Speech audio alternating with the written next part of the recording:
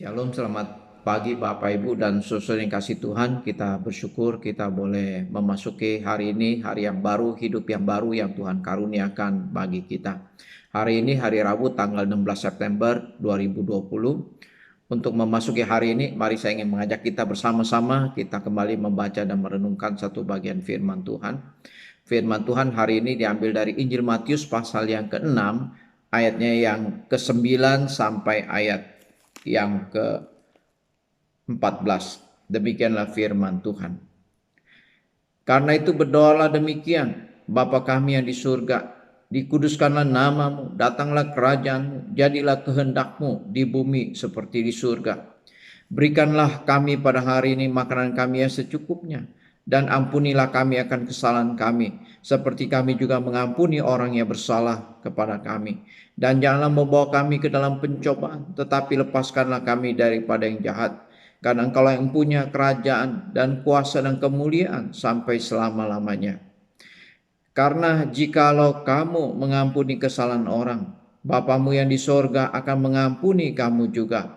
Tetapi jikalau kamu tidak mengampuni orang, Bapamu juga tidak akan mengampuni kesalahanmu.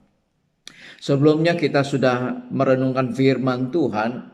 Tuhan Yesus mengajarkan kepada kita ketika kita berdoa, jangan kita berdoa seperti orang munafik. Mereka suka berdoa di tempat-tempat umum, di tempat-tempat sembahyang. Mereka suka berdoa di tikungan-tikungan jalan raya. Tujuannya adalah supaya mereka dilihat orang. Tetapi Tuhan mengingatkan kepada kita, kalau kita berdoa, masuklah ke dalam kamar, tutuplah pintu, berdoalah di tempat yang tersembunyi.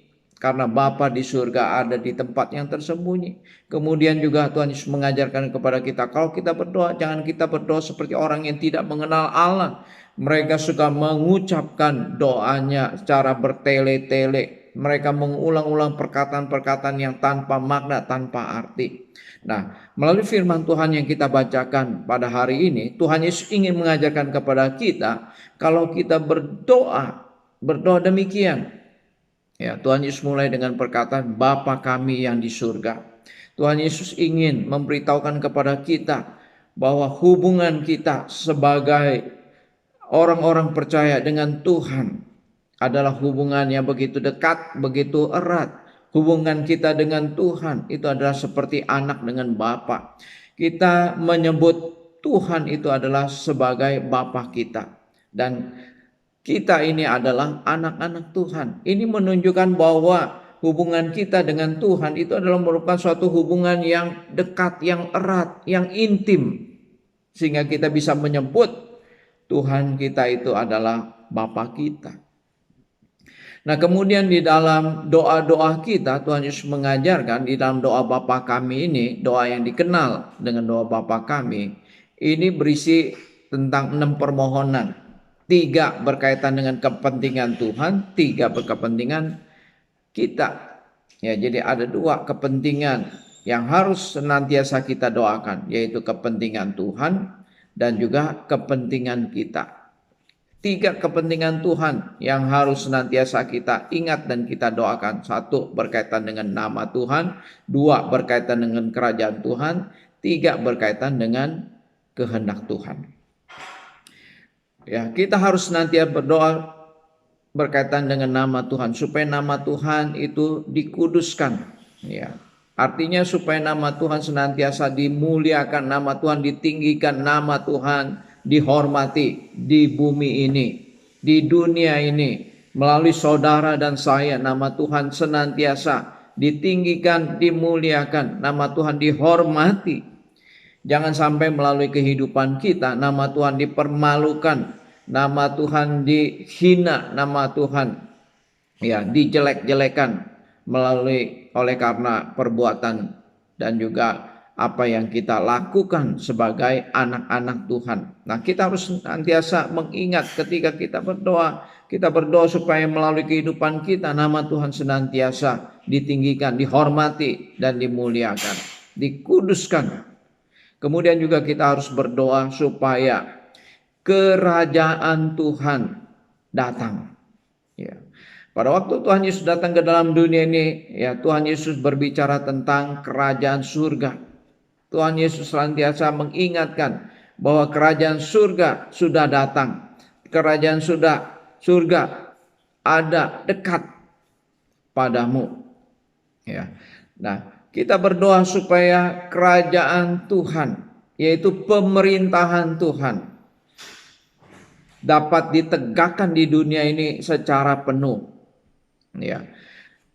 Apakah kerajaan Tuhan sudah datang? Kerajaan Tuhan sudah datang.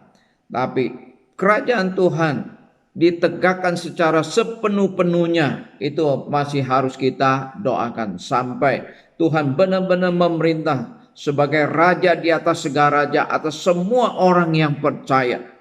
Nah, itu masih akan datang. Oleh karena itu kita harus terus berdoa supaya pemerintahan Tuhan ditegakkan di tengah-tengah dunia ini. Yang ketiga, kita berdoa supaya kehendak Tuhan jadi di bumi seperti di surga.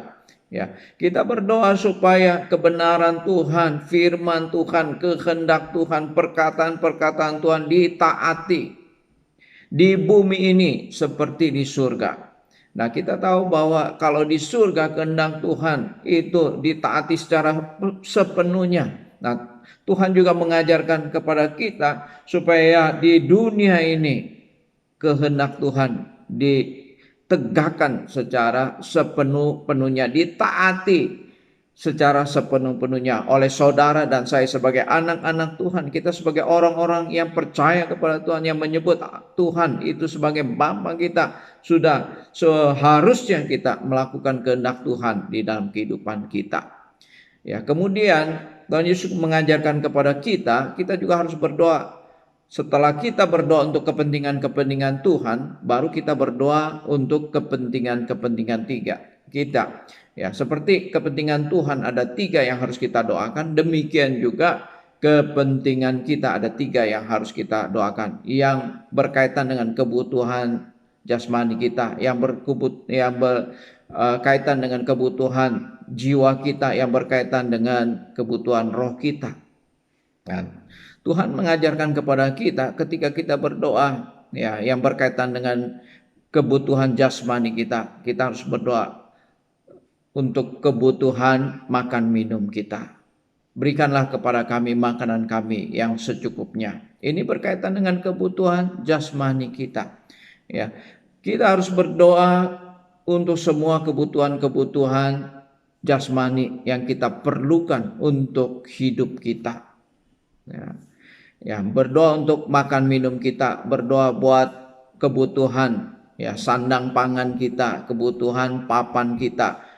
Boleh kita mendoakan, harus kita mendoakan supaya kita semakin, ya, giat bekerja, memperoleh penghasilan. Melalui penghasilan yang kita dapatkan, kebutuhan kita dicukupkan, kita bisa pakai untuk mempermuliakan nama Tuhan, mendukung pekerjaan Tuhan. Nah, kita harus berdoa buat kebutuhan jasmani kita. Kemudian juga kita harus berdoa untuk kebutuhan jiwa kita, yaitu kebutuhan mengampuni dan diampuni.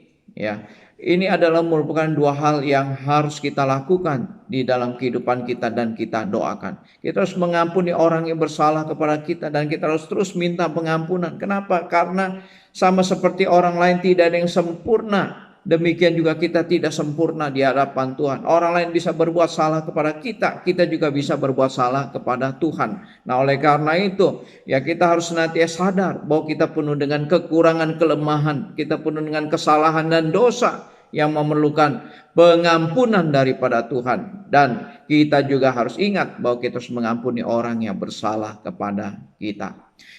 Kemudian yang ketiga, kita juga harus berdoa untuk kepentingan kita yang berkaitan dengan rohani kita. Ya, kita harus senantiasa sadar, kita harus terus berdoa supaya Tuhan menjauhkan kita daripada cobaan-cobaan. Tuhan melepaskan kita daripada si jahat, karena ada si iblis jahat yang selalu berusaha untuk mencobai kita, menjatuhkan kita, membuat kita jauh daripada Tuhan. Kita harus senantiasa menyadari hal ini dan itu harus senantiasa kita doakan. Kita harus doakan.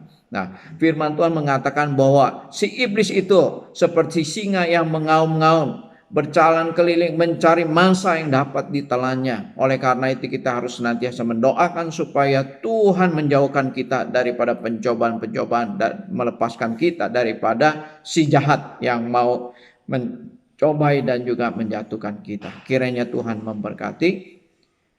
Mari kita berdoa. Bapa di surga, terima kasih buat firman-Mu yang boleh kami baca dan kami renungkan. Tuhan tolong kami supaya kami boleh mengerti doa yang benar, doa yang berkenan kepada Tuhan seperti yang diajarkan oleh Tuhan Yesus kepada kami. Terima kasih Bapa di surga. Berkati hidup kami sepanjang hari ini, jaga dan lindungi kami. Tutup bungkus dengan kuasa darah-Mu. Dalam nama Tuhan Yesus kami berdoa. Amin. Bapak, Ibu, dan saudara-saudara, saya mau ingatkan hari ini hari Rabu, nanti malam ada persekutuan doa. Mari kita siapkan hati kita untuk datang menghampiri Tuhan, bersandar senantiasa kepada Tuhan melalui doa-doa kita. Selamat beraktivitas, Tuhan memberkati kita semua. Amin.